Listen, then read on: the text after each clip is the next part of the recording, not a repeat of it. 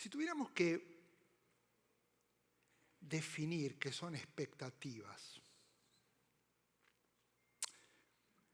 ¿cuáles serían tus expectativas en la vida?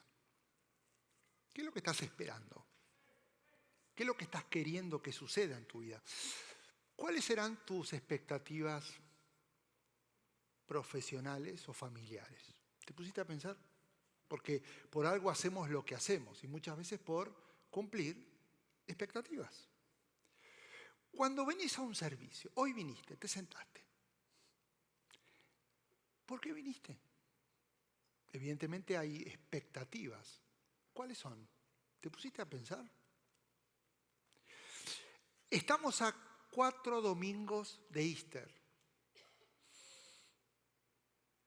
El mayor attendance o la mayor asistencia en los servicios es en Easter, porque es como que toda la gente viniera a limpiar sus pecados en Easter, ¿no? Se acerca Easter.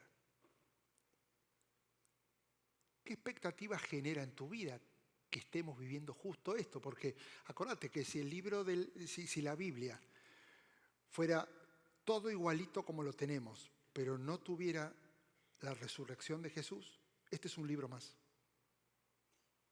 Pero lo que hace que esto sea diferente y que nosotros nos llamemos y creamos y sigamos a Cristo es que Él resucitó. ¿Cuáles son tus expectativas? Definitivamente las expectativas es para estudiarlo muy profundamente porque juegan un papel demasiado importante en nuestras vidas. Todo lo hacemos por expectativas. Hay ciertas expectativas que se generan a partir de leyes físicas. Vas un avión y ¿qué esperas? Que se eleve y que llegue a destino. Es una expectativa. No te dijeron qué va a pasar, pero es una expectativa más. Hoy llegaste y te sentaste en una silla y la expectativa fue que esa silla te aguante tu peso. Es algo físico. Vos te sentás y te sentás tranquilo sabiendo de que esa silla va a cumplir su función. Hay ciertas expectativas que se generan a partir de evidencias visibles. Por ejemplo, si ves las nubes negras, decís, hoy puede llover. Si ves el cielo celeste, vas a decir, hoy va a ser calor. Porque lo que ves genera ciertas expectativas. No sabes si va a pasar. Hay ciertas expectativas que se generan a partir de suposiciones. Si trabajo más, voy a ganar más. ¿Cómo lo sabes? Pero si trabajas más, estás seguro que vas a ganar más. Por eso trabajas más, porque querés ganar más. Son expectativas. Hay expectativas que se generan por costumbres. Escuchad atención. Si creciste en una familia donde los conflictos se resuelven con gritos, vas a esperar que todos los que te rodeen griten para solucionar conflictos. Porque eso fue lo que viviste durante toda tu vida. El problema con las expectativas es creer que para alcanzar el éxito en la vida, todas las expectativas deben ser alcanzadas conforme a lo que yo espero de cada expectativa. Y mira lo que dijo Max Lucado. Si sientes que el mundo te debe algo, prepárate para una vida de horas amargas. Nunca vas a conseguir la paga que esperas. Nunca el cielo va a ser lo suficientemente azul. Nunca el bife de chorizo estará bien cocinado. Por lo tanto, el universo no será lo suficientemente digno de tener entre los seres humanos a alguien como tú. Sigue pensando así y llegarás irritado y rezongando a una muerte temprana. El problema con las expectativas no es lo que Dios espera de mí, porque para eso tengo la palabra, sino es lo que yo tengo que esperar de Dios para mí. Por eso, siempre queremos que Dios nos muestre específicamente sus planes, para poder decidir qué responder en base a nuestra conveniencia y nuestras prioridades. Señor, muéstrame. Señor, muéstrame. ¿Por qué queremos que nos muestre? ¿Cuál es la expectativa? Que Señor, muéstrame para decidir si le entramos o no. Yo tengo una noticia.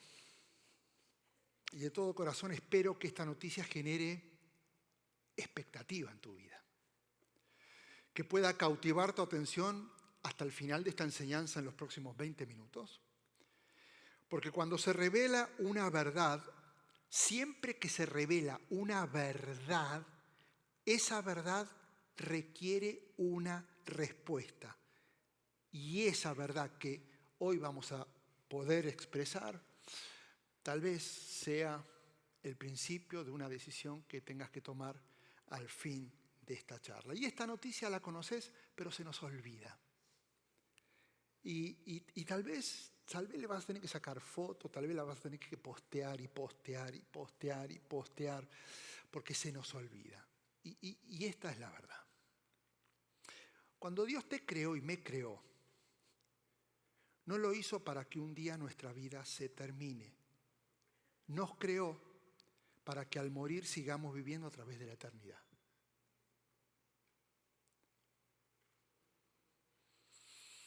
Míralo. A veces vivimos como si todo se acabase cuando muramos. Y en realidad Él no nos creó para que experimentemos la muerte, sino que la muerte sea el comienzo de la eternidad.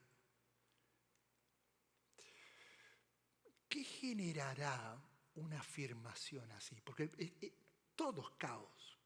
Tu familia puede estar en caos, el trabajo es en caos. Es un año de elecciones, así que va a ser un año de caos. Guerra por allá, guerra por acá. Y todas son malas noticias y malas noticias y malas noticias y malas noticias. A ver, tenemos que empezar no a generar falsas expectativas, sino a empezar a caminar bajo correctas expectativas. ¿Qué genera una afirmación así?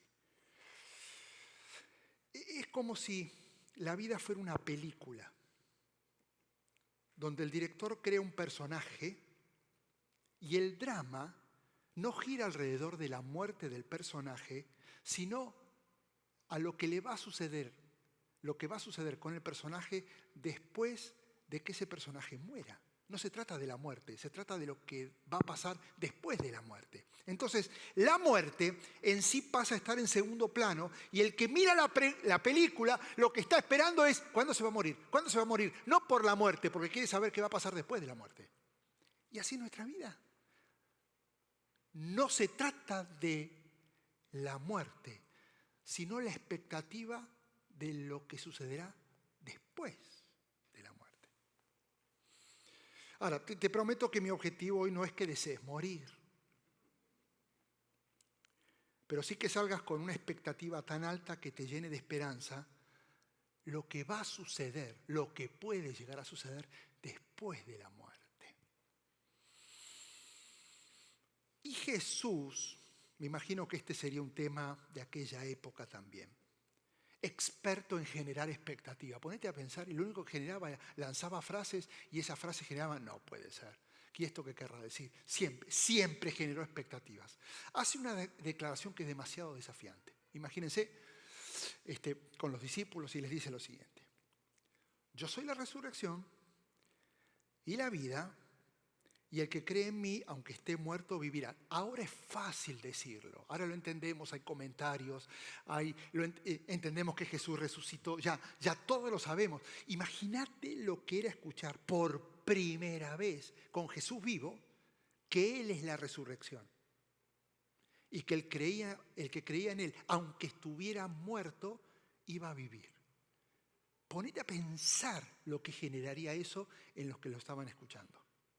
Si alguna vez alguien te preguntó, pero necesito que me expliques qué es la resurrección, la respuesta es simple, es resucitar, es volver a la vida. Así que imagínate esa expectativa ahora en los discípulos. Momento, Jesús, momento.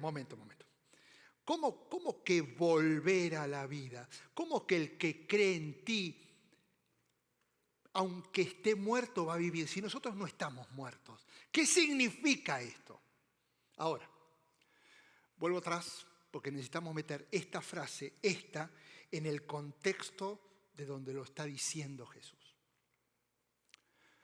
Había un hombre enfermo llamado Lázaro, que era de Betania. Paréntesis, Betania está a 3 kilómetros de Jerusalén. Si uno está en el Monte de los Olivos, dentro de 1 o 2 años, se vuelve ahora, cuando todo esté tranquilo, a Israel. Te recomiendo que vayas a Israel, porque uno puede ver todo esto que se lo imaginó, ahora lo ve, ¿no? Entonces uno se para en el Monte de los Olivos y uno ve Jerusalén. Pero cuando uno está viendo en el Monte de los Olivos Jerusalén, le está dando la espalda a Betania. Entonces en Jerusalén hay un monte, ese monte baja y es Betania. Betania está a 3 kilómetros de Jerusalén. Entonces, si Jesús nació en Nazaret, podríamos decir que su centro de operaciones era Capernaum. Le encantaba estar en Capernaum, al lado de Galilea. Y ahí donde se juntaban a planear todo y de ahí salían. Era un lugar de paz, donde él podía moverse con tranquilidad.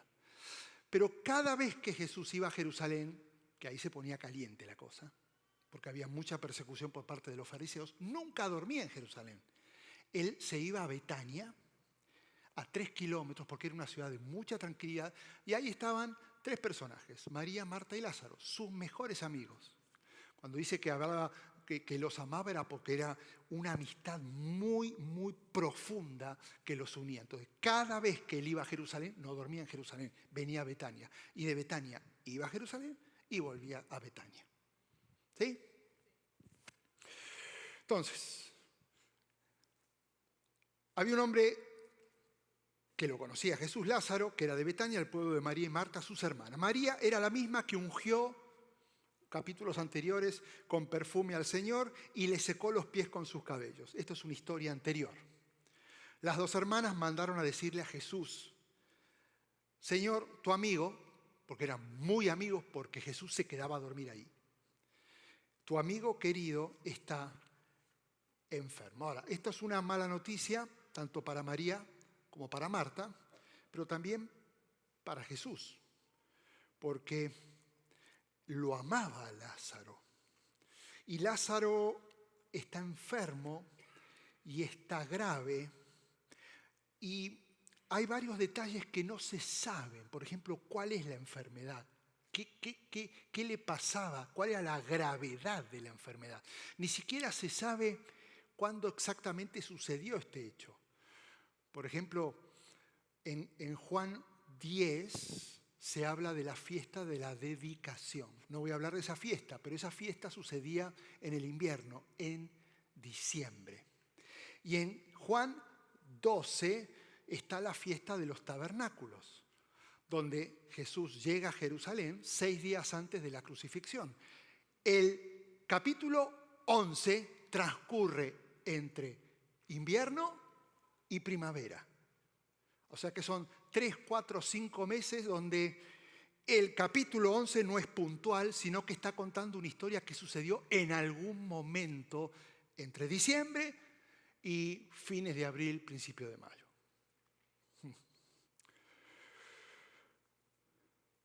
Lo primero que pensaron las hermanas es: ¿dónde está Jesús?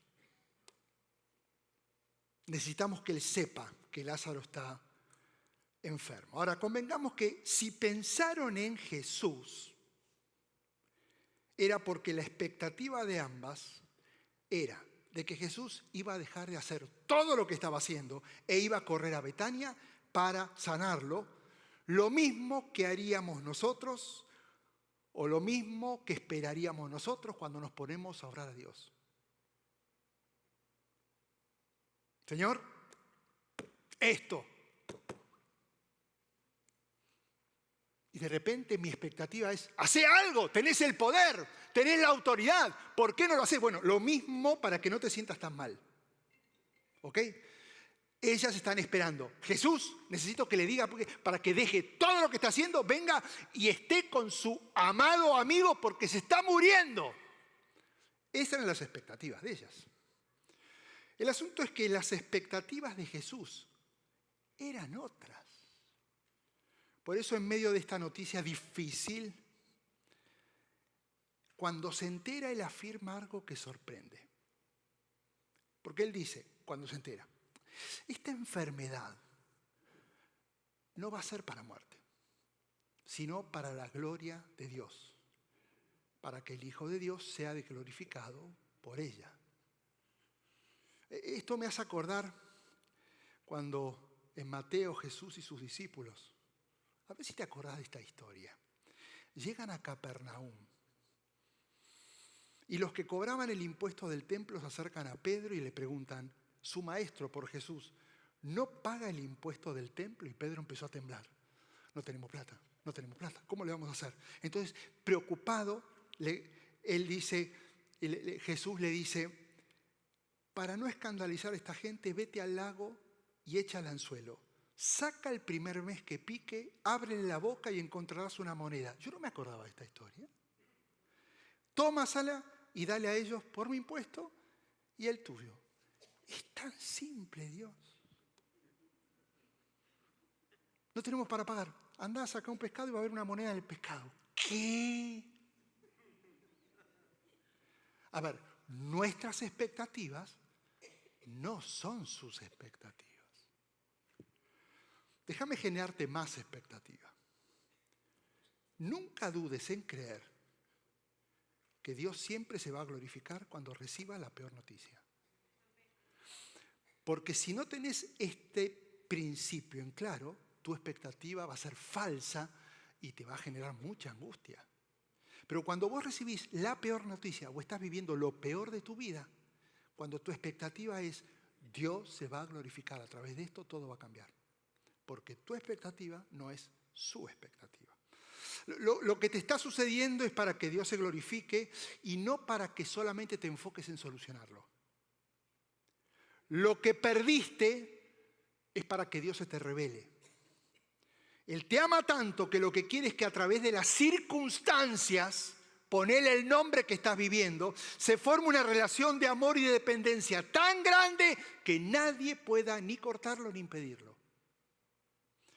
Por eso sorprende la decisión que toma Jesús cuando se entera que su mejor amigo está a punto de morir.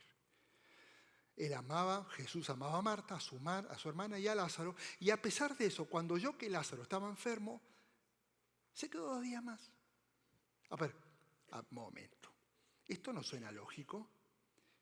Es como si yo dijera, como los amo tanto, no voy a ir. Según nuestras expectativas, el ir rápido es una muestra de amor. Pastor, lo necesito ya. Ok, en 2 días voy.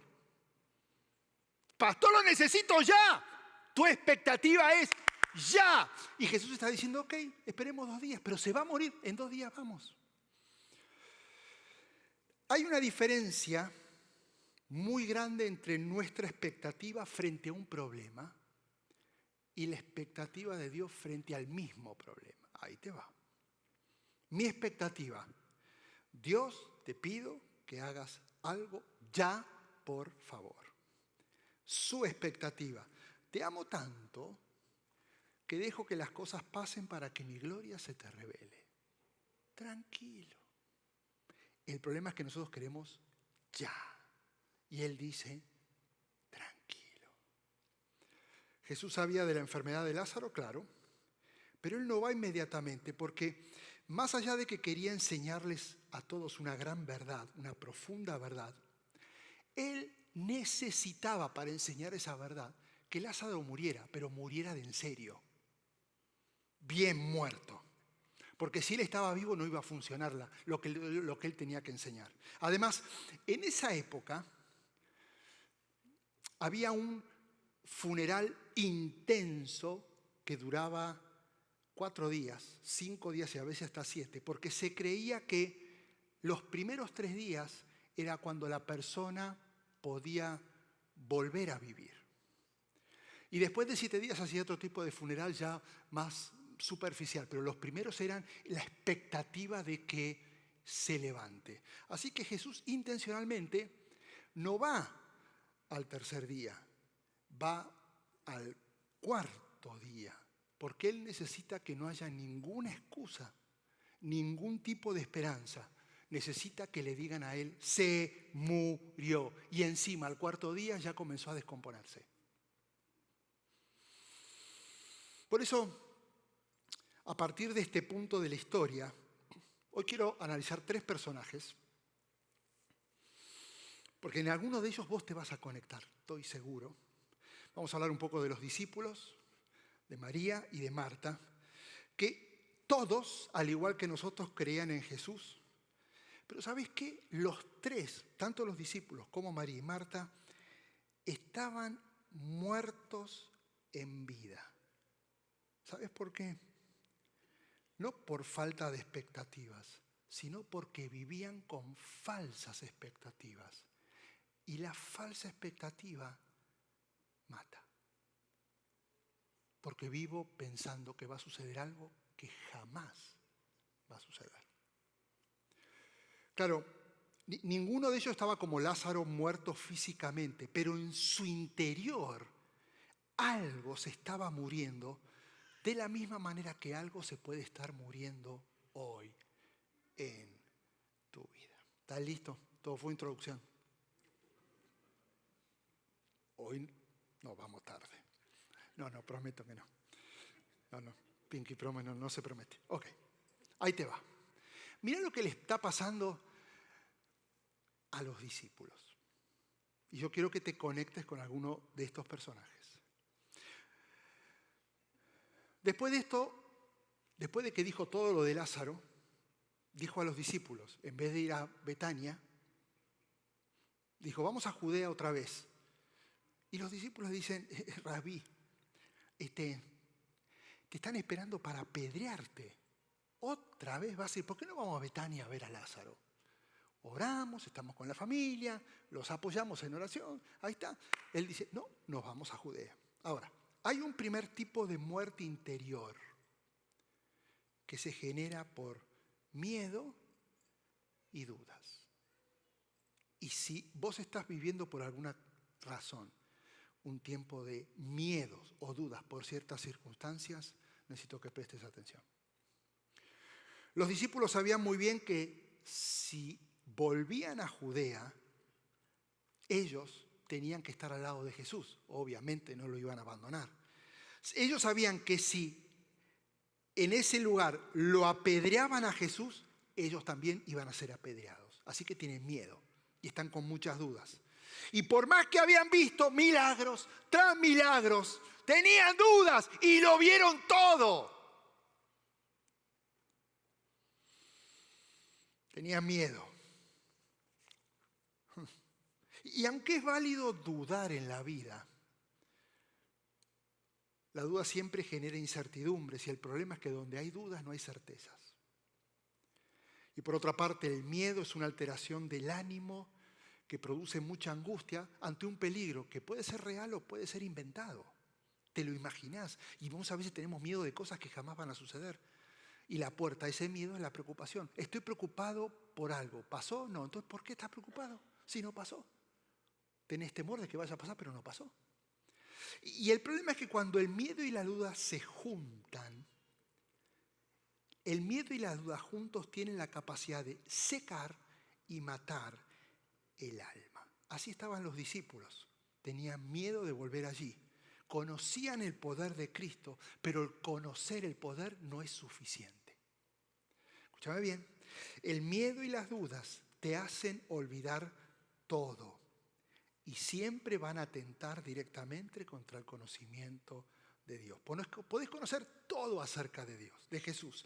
Intelectualmente podés tener respuestas para todo. Pero si no experimentás su presencia, el Espíritu Santo en tu vida, puede ser que hoy, como los discípulos, vivas con dudas y temores. Ellos vieron todo, escucharon todo. Sin embargo, estaban actuando como si no conociesen a Jesús. Igual que nosotros. En segundo lugar, está María. Dice que, versículo 17, a su llegada Jesús se encontró con que Lázaro llevaba ya 4 días en el sepulcro. Intencionalmente, acordate, llegó al 4.º día, porque al 3 si se levantaba, era lógico, esperaban. Pero él dijo, no, necesito que esté bien muerto. Entonces esperó 4 días. Betania estaba cerca de Jerusalén, como a 3 kilómetros de distancia, y muchos judíos habían ido a casa de Marta y de María a darles el pésame por la muerte de su hermano. Y cuando Marta supo que Jesús llegaba, fue a su encuentro, pero María se quedó en la casa. Hay otro tipo de muerte interior, que es la que genera el desánimo. Cuando uno está desanimado, comienza a morir en su interior. María se hizo una pregunta. ¿Para qué voy a salir? Ya está muerto. Ok, ya nada se puede hacer. Se acabó. Y aunque le dijeron, María, llegó Jesús, seguramente pensó, ya no necesitamos a Jesús. Ya está muerto. No hay nada que se pueda hacer al respecto. ¿Será que coincide con tu forma de pensar? ¿Para qué acercarme a Dios si ya no se puede hacer nada? La expectativa que tenía de lo que Él podía llegar a hacer no se cumplió. Así que está todo bien. Sigo creyendo, sigo viniendo, sigo sirviendo, pero en realidad no pasó nada, perdí todo y bueno, ya está, listo. Y ese pensamiento de desánimo te empieza a secar y a matar.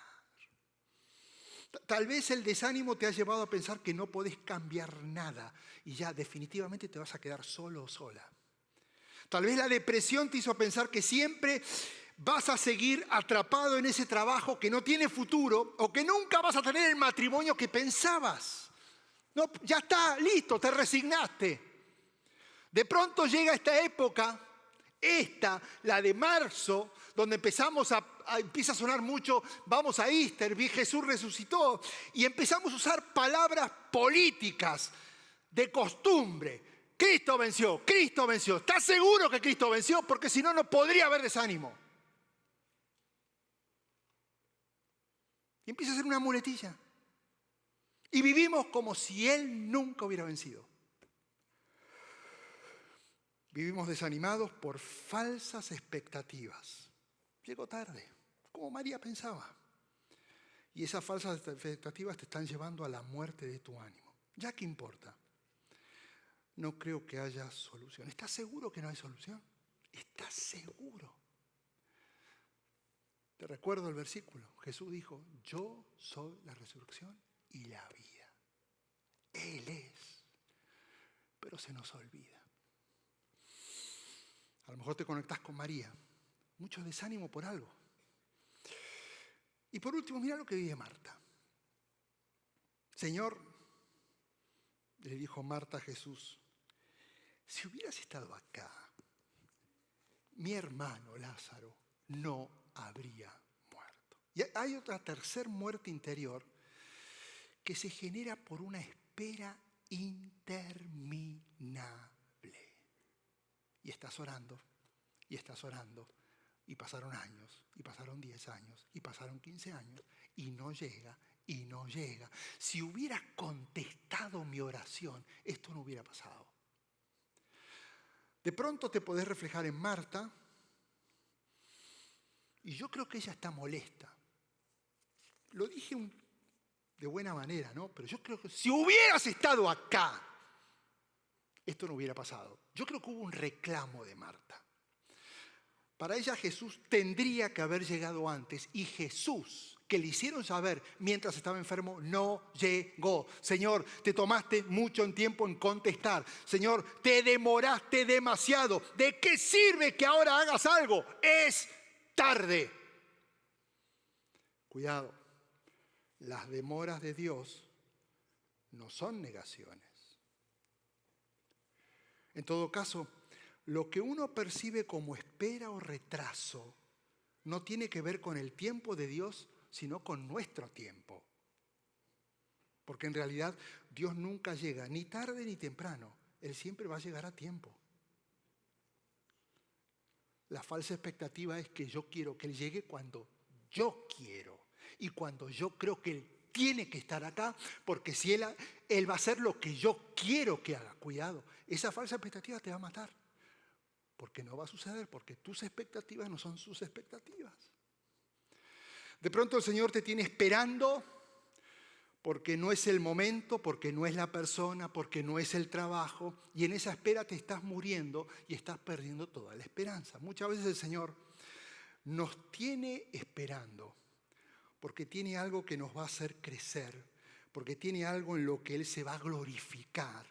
Pero como nuestras expectativas sobre lo que esperamos son humanas, morimos en la espera. Ahora, tengo que volver a generar algo de expectativa porque se me está cayendo la charla acá.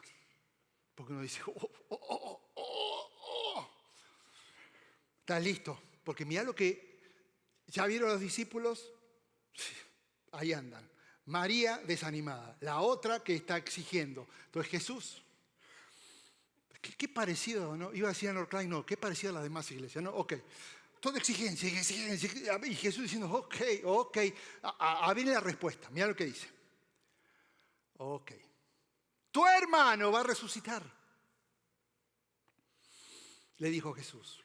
Y ella dice, yo sé que resucitaré en la resurrección en el día final, respondió Marta. Ella sabía muy bien lo que iba a pasar, sabía toda la profecía, ya sabía la palabra.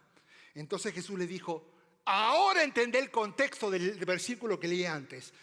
Yo soy la resurrección y la vida, y el que cree en mí vivirá, y aunque muera, y todo el que vive y cree en mí no morirá jamás. Y le dice, ¿crees esto? Directo a los ojos de Marta. Transfiero la pregunta. Pensá en lo que estás viviendo. ¿Crees lo que dijo Jesús?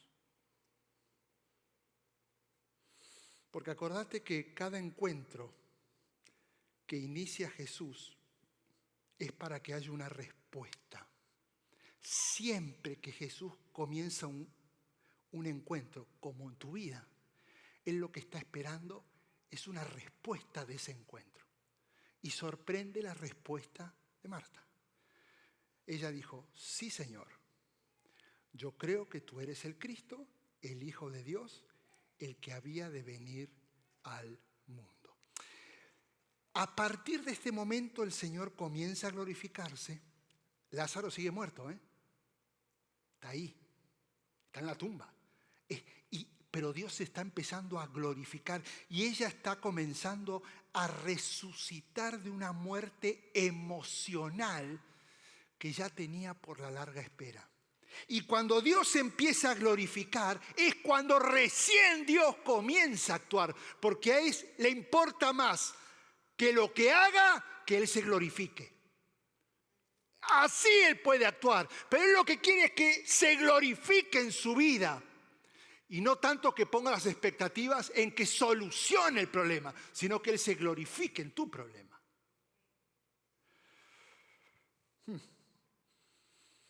Versículo 39. Quiten la piedra. Empezó a actuar.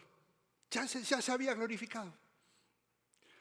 Marta, la hermana del que había muerto, le dijo, Señor, ya hiede, ya está descompuesto, porque está de 4 días. Y acá viene la gran enseñanza de Jesús, y no solo para Marta, que ya no tenía fuerzas para esperar más, tal vez igual que vos. Tal vez como ella, que no veía cambios. Tal vez como ella, que empezás a creer que el tiempo ya se acabó. Y acá viene todo lo que sucedió para este momento. ¿No te dije que si crees verás la gloria de Dios? Le contestó Jesús. Entonces quitaron la piedra y Jesús, alzando la vista, dijo, Padre, te doy gracias porque me has escuchado. Ya sabía yo que siempre me escuchas, pero lo dije por la gente que aquí está presente, para que crean que tú me enviaste. Y dicho esto, gritó con todas sus fuerzas, Lázaro, sal fuera. Y el muerto, Lázaro, salió con vendas en las manos y en los pies y el rostro cubierto con un sudario. Y Jesús le dijo, quítenle la venda y dejen que se vaya. Para Jesús esto era lo simple. Lo importante es que primero se glorificase Él en la vida de María y Marta. Lo mismo pasa con nuestros problemas. Te tengo otra noticia. Jesús lo que hizo con Lázaro no solamente lo hace con él, sino que también lo quiere hacer con nosotros. Escucha esto. Él nos quiere resucitar de las dudas de los discípulos, del desánimo de María y de la espera interminable de Marta, que nos están matando. Y hoy lo quiere hacer. Cuando Jesús fue a la cruz a morir por vos y por mí, fue para que nosotros resucitásemos a una nueva vida, porque estábamos muertos. Por eso, si tal vez hay algo que en tu vida se está muriendo o está agonizando, que no se te olvide, Él te ama tanto, tanto. Así que el problema no es Él, somos nosotros. ¿Sabes por qué? Porque tenemos la tendencia de ver el amor de Dios a través de las circunstancias y nos olvidamos que se trata de ver las circunstancias a través del amor de Dios. Esas son expectativas. Por eso las expectativas en Dios, que tendrían que ser extraordinarias a pesar de las circunstancias, desaparecen con las circunstancias, como las de María, Marta y los discípulos. Y con esto termino. Si te sentís atrapado hoy en una tumba con una piedra grande que no te deja salir y no tenés las fuerzas para moverla, Jesús quiere mover la piedra. Y la misma voz que llamó a Lázaro te está llamando por tu nombre para que salgas de donde estás, porque tu alma está agonizando.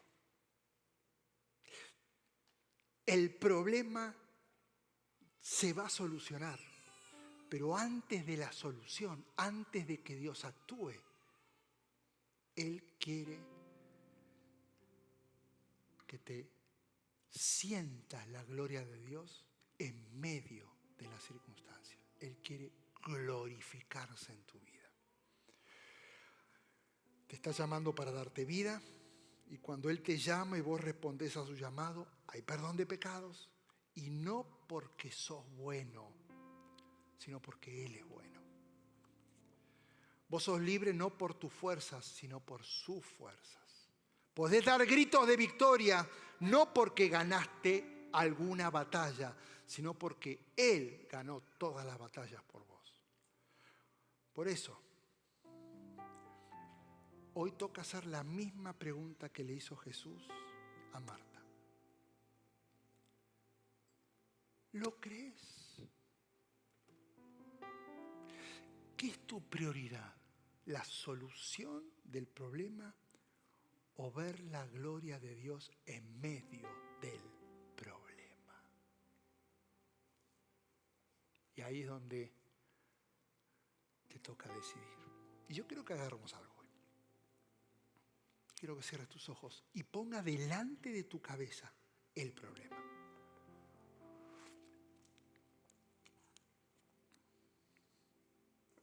Lo pongas.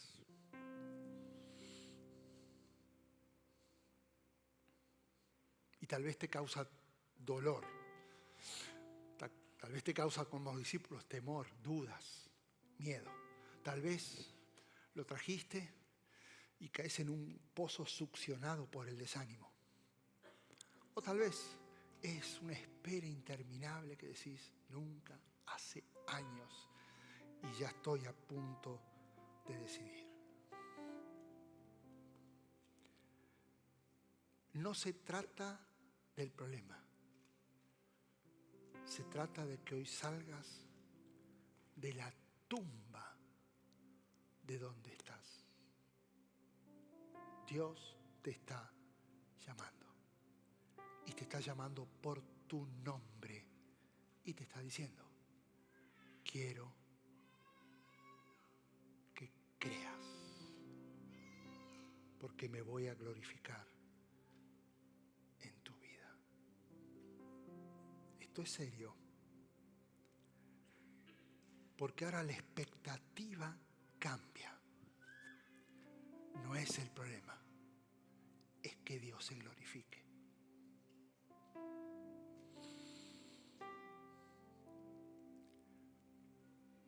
Hay una canción que el coro dice: sé que lo harás otra vez, porque si Él lo hace una vez, lo va a volver a hacer y te va a volver a levantar, porque Él tiene el poder para hacerlo. Pero no es lo mismo decirle al Señor: sé que lo harás otra vez en la tumba, que saliendo de la tumba. De la tumba donde estás atrapado, oscuro, sin fuerzas, muriéndote en tu interior, porque Él dijo: los que están muertos en mí vivirán. Entonces, si hoy al llamado respondes diciendo: decido salir, quiero que te pongas de pie,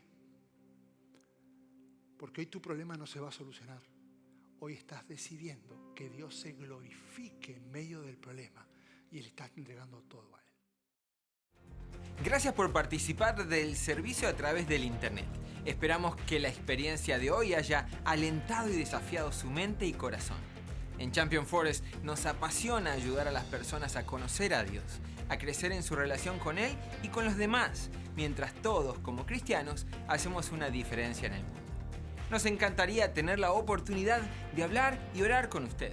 Le invitamos a que ingrese a championforest.org/conectar para que podamos estar en contacto.